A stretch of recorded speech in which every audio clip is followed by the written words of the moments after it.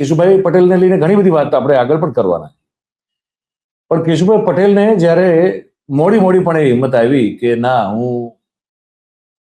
મને ખોટો અથવા મને ખોટી રીતે નરેન્દ્ર મોદીના દ્વારા હટાવવામાં આવ્યો, પદચ્યુત કરવામાં આવ્યો, ગાદી એથી હેઠે ઉતારી દેવામાં આવ્યો, અને હવે મારે ફરીથી પાછું એક પડકાર ફેંકવો જોઈએ, ત્યારે 2012ના વિધાનસભાના ચૂંટણી પહેલા એમને જીપીપી એટલે ગુજરાત પરિવર્તન પાર્ટી બનાવી. ખેર, એ આખો એક અલગ ઇતિહાસ થઈ જશે. પણ એ જે ચૂંટણી પ્રચાર દરમિયાન કેશુબાપા એમની જે ઓરિજિનલ શૈલીમાં જે જોવા મળ્યા, મેં બહુ બધી સભાઓ કવર કરેલી ગુજરાતભરમાં, જ્યાં જે પણ એમની સભાઓ હતી એમાંથી લગભગ મોટા ભાગની એમની સભાઓ મેં કવર કરેલી. એટલે મારી પાસે એમની જૂની કરેલી વાતો જે છે એના ફૂટેજ અને એની વિડીયો ક્લિપ્સ ને બધું છે. એટલે પહેલી વખત જાહેરમાં ખોલી અને નરેન્દ્ર મોદી વિશે પોતાના મંતવ્યો પ્રગટ જ્યારે કેશુભાઈએ કર્યા, ત્યારે જો અત્યારે આ લોકો, આપણા જે દર્શક મિત્રો છે, એમને જો યાદ ન હોય તો હું આજે ફક્ત અલગ અલગ નિવેદનો જે એમણે પોતાના ભાષણોમાં અલગ અલગ જગ્યાએ કરેલા છે એના અંશો હું તમને સંભળાવવા જઈ રહ્યો છું. અને એમાં મારી પોતાની ટિપ્પણી બહુ ઓછી હશે. જે કંઈ કહેવાનું હતું એ વખતે કેશુભાઈએ કીધેલું હતું, અને એ તમને હું અત્યારે એકવાર ફરીથી તમારી સમક્ષ મૂકી રહ્યો છું કે કેશુભાઈ ખોલીને ખોખારો કહીને જે પડકાર કરેલો હતો એ વખતે જે વાત કરેલી હતી, અને જે મહદઅંશે એટલે લગભગ બધી સાચી હતી. એ બધી વાતો જો કેશુભાઈએ 1999 2000 પછી 2001માં જયારે એમને હટાવવામાં આવ્યા, જો ત્યારે કરી હોત તો કદાચ ગુજરાત અને દેશનું જે રાજકારણ છે, સમાજકારણ છે, એ કંઈક અલગ હોત. પણ ખેર, જે બીત ગઈ સો બાત ગઈ, એમાં તો આપણે કોઈ પરિવર્તન કરી નહીં શકીએ. પણ ગુજરાત પરિવર્તન પાર્ટીની સ્થાપના પછી કેશુભાઈ કરેલા કેટલાક ભાષણના અંશો આપણે એક પછી એક સાંભળીએ. સૌથી પહેલા આ સાંભળો. નાજુકડી નાર છે, નાજુકડી નાર જાણે કે બહુ પાણીના રેલાની જેમ ચાલે, એમાં આપણા મુખ્યમંત્રી મોહી કે આ નેનોને આપણે ગુજરાતમાં લાવવું. રોકાણ કેટલું? આ ટાટા કંપનીનું રોકાણ કેટલું? 2000 કરોડ. 900 કરોડ ત્યાંથી અહીં લાવવાના ખર્ચા એ રોકાણમાં ગણો. 2000 કરોડ અને 900 કરોડ, 2000 ને 900 કરોડ, અને 2009 પછી આપણે ઓલો મોતીના થાળનો ભરીને આપ્યું, એ કેટલું આપ્યું? એ આપ્યું 33,000 કરોડ. કારણ કે નાજુકડી નાર લાવવું. 33,000 કરોડ આપી દીધા. એમાં એક દાખલો આપું. એ 10,000 કરોડ 1% વ્યાજથી આવ્યા. 1%. વર્ષે, માસિક નહીં, વર્ષે 1%. અને એ વ્યાજથી એમને આપ્યા. કહેવાય વ્યાજે આપ્યા છે, મફત નથી આપ્યા, માત્ર દેખાવ. આ 10,000 કરોડ રૂપિયા 1%ના વ્યાજથી આપ્યા, અને ભરવાના ક્યારે? 40 વર્ષ પછી.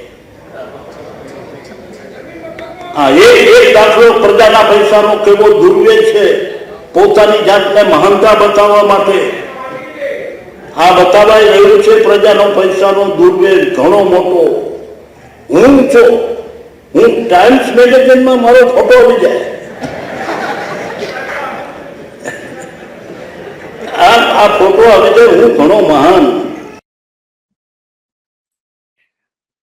વાત કેશુભાઈ બહુ જ પ્રોપર અને બહુ સાચી એ વખતે કરેલી. અને અમે જે એ વખતે પણ આ જે પોલ ચાલતી હતી અને પોલ ખોલ કરનારા કેટલાક પત્રકારો હતા અમારા, હું અને એમાં બીજા એ વખતે સંખ્યા થોડી વધારે હતી, એ બધા રિપોર્ટ અને આનું ઇન્વેસ્ટિગેશન કરેલું, અમે છાપેલું કે આ તો આપણા પૈસે આપણે આજે ટાટા નેનો કોઈ આપણી માથે, રતન ટાટા બોલેલા છે કે ભાઈ જે ઓફર મને નરેન્દ્ર મોદીએ કરેલી હતી, જો હું ઠુકરાવું તો હું મૂર્ખ કહેવાઉં.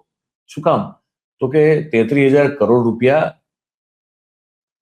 આપણે 10,000 કરોડની તો લોન એ પણ 1% વ્યાજે 40 વર્ષ માટે, પછી ચૂકવો તમે, તો કોણ ન આવે અહીંયા? તો ખેર કેશુભાઈ એ વખતે આ વાત કરેલી. કેશુભાઈ બીજી પણ એક વાત કરેલી, એ સાંભળવા જેવી છે. અને અમદાવાદને આવી વાતો કરી, અને પાછા એવી પણ વાતો કરી કે હવે આ તો ધરતીમાં તેલ છે, તમે ગામડાના કડું જેવો નળ ખોલો ને એટલે એમાંથી ગેસ ને તેલ બે નીકળશે. અરે ભાઈ, તમને પાણી આપવાનો રાજ્યને અધિકાર છે, ગેસ અને તેલ તો દિલ્હી વાળા કેન્દ્ર સરકારનો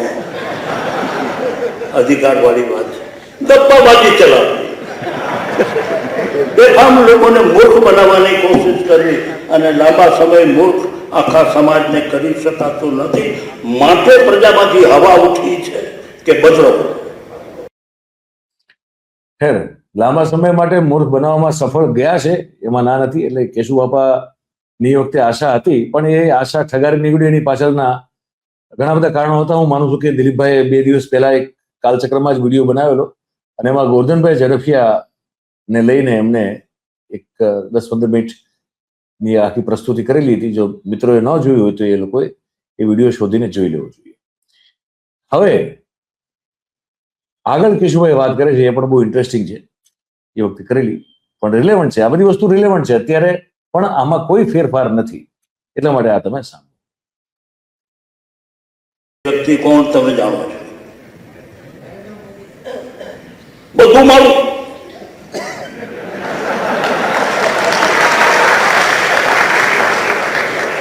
આ સર્જન જે ગુજરાતમાં છે ને, મારા સિવાય કોઈ કર્યું જ નથી. પરમ દિવસે અહીંયા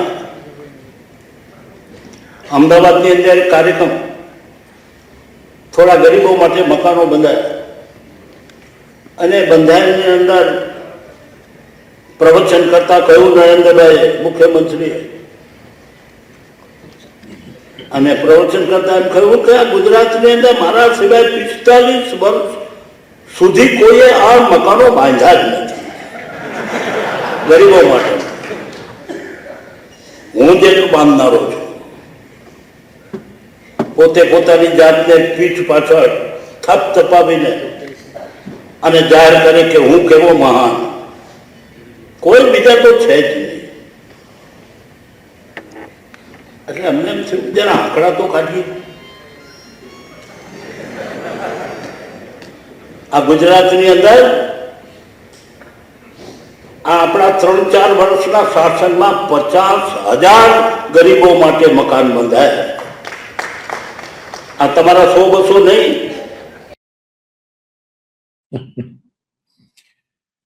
કેશુભાઈ આગળ એક બહુ ઇન્ટરેસ્ટિંગ વાત કરી છે. એક ભૂવો હોય ને, ભૂવો, એ ભૂવાના ઉદાહરણ સાથે બહુ સટીક વાત કેશુભાઈ વખતે કરેલી.